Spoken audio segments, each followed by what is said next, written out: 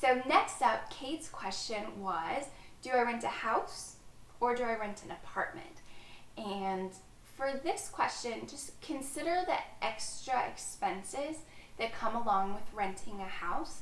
Oftentimes you have to put down more money, so instead of just first month and a deposit, you oftentimes have to put down last month as well, because houses are generally rented by homeowners or landlords that only have a few properties, whereas apartments are oftentimes rented out by large companies who don't really need that extra security of that last month deposit.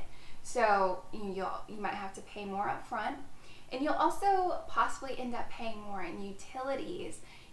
Several apartments offer water, sewer, garbage as part of the rent. Some houses do that as well.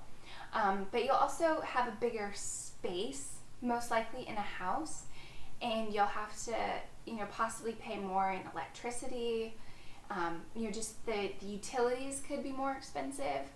But other than that, there's no real, difference, except for apartments could possibly offer more amenities such as a pool, hot tub, community room, gym, things like that. So if none of those are important to you and you want to live by yourself and have your own space, then go for a house. But if you don't mind living around other people and you want some of those amenities, then an apartment is really the way to go for you. Houses often rent for more, so you might end up paying $100, $200 more in rent for maybe not as good of a space, as quality of a space as with an apartment. Also, you'll have to look at how involved is the landlord. If your pipes burst at 2 o'clock in the morning, is your landlord going to be able to come, and make sure that he can fix that? Or are you going to end up with a drenched house? Whereas with an apartment, you're more likely to have a 24-hour on-call maintenance person that you can go to get those repairs. So those are just a few things to think about when comparing a house with an apartment. And Kate also wanted to know about move-in deals. So oftentimes you'll see $99 moves you in, or sign a 12-month lease and get 2 months free. These can be really good deals, and you really have to evaluate them in of themselves. And my advice is to look at the long-term value of the deal. So if you get $99 moves you in, but your rent then is way more expensive because they have to cover that first month, so then it's not a good deal. If you get 2 months free, most likely they're going to put those 2 months at the end of your lease, so you have to do the first 10 months first, and then you get those 2 months free. So those are some things that come with it. For us, when we moved, we signed a lease for 17 months. We decided that we were going to be here for the long haul, and we got 2.5 months free, which we had to negotiate out with the apartment complex. So we got 2.5 months free that was leveled out over our monthly rent. And so the 2.5 months, reduced our monthly rent from the first month to the 17th month. So we just got an overall less rent. So in my opinion, that's a pretty good deal because it lowers our costs across the board, for the next 17 months instead of, you have to wait 15 months to get that deal. Or, okay, $99 moves us in, but then we'd end up paying another $200 a month every month. So really look at the long-term value of that deal. And another thing you want to think about when taking those deals is, are you going to last that lease? Because if you break a lease, you could possibly have to pay concessions. And a concession is what the apartment community or the landlord has determined the value of all of the deals that they've given you. So in my case, we signed a lease for 17 months, and we got 2.5 months free.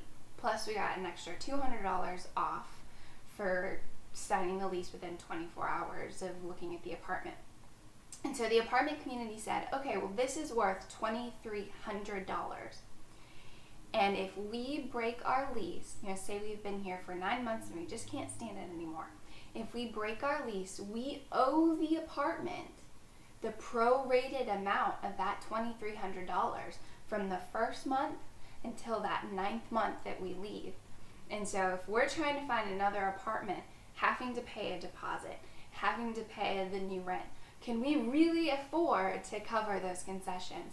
So think about that when you're taking any kind of deals. Be sure that you can last until the end of your lease, because you don't want to have to pay back that money. And finally, Kate wanted to know whether it's best to live in the city or live in the suburbs and commute. This is a question I think that's debated a lot, and a lot of people have a lot of opinions on it. And again, this is a really personal question, because do you like city life or do you like suburban life?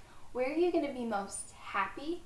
And once you figure that out, then you can make it work wherever you live. For us, we lived in the suburbs of Bellevue, which is a fairly large suburb. It's got several thousands of people there, but it was still very suburban. And then we ended up moving to Seattle, very city. There's the light rail right next to us. We're much happier here. So really ask yourself, where are you going to be the most comfortable, the most happy? Where are you going to find your space? So once you figure that out, you can make it work affordably wherever you are. For us, when we moved to the city, we sold off my boyfriend's car. He drove a Jeep Liberty that literally cost us over $300 every month in gas.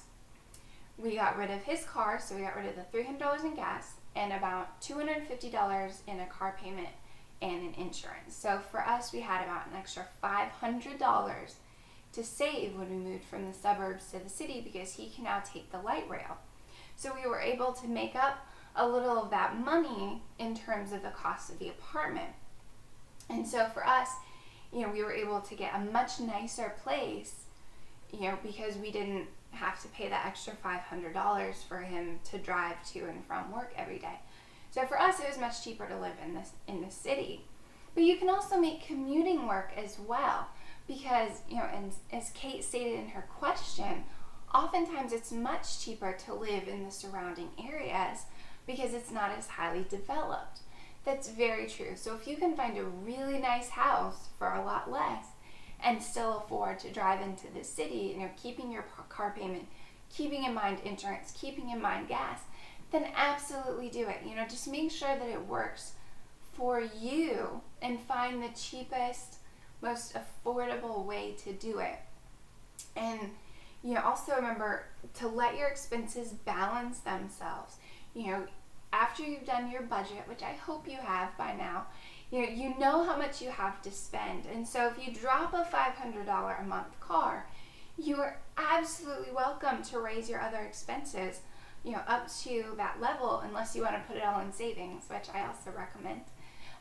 So just really make sure you're balancing what you do. For us, we're very city people. We determined that we were just much too young to live in the suburbs, and that it wasn't worth it for us, and we're so happy in the city. But for you, it could be different. You could be a very suburban person.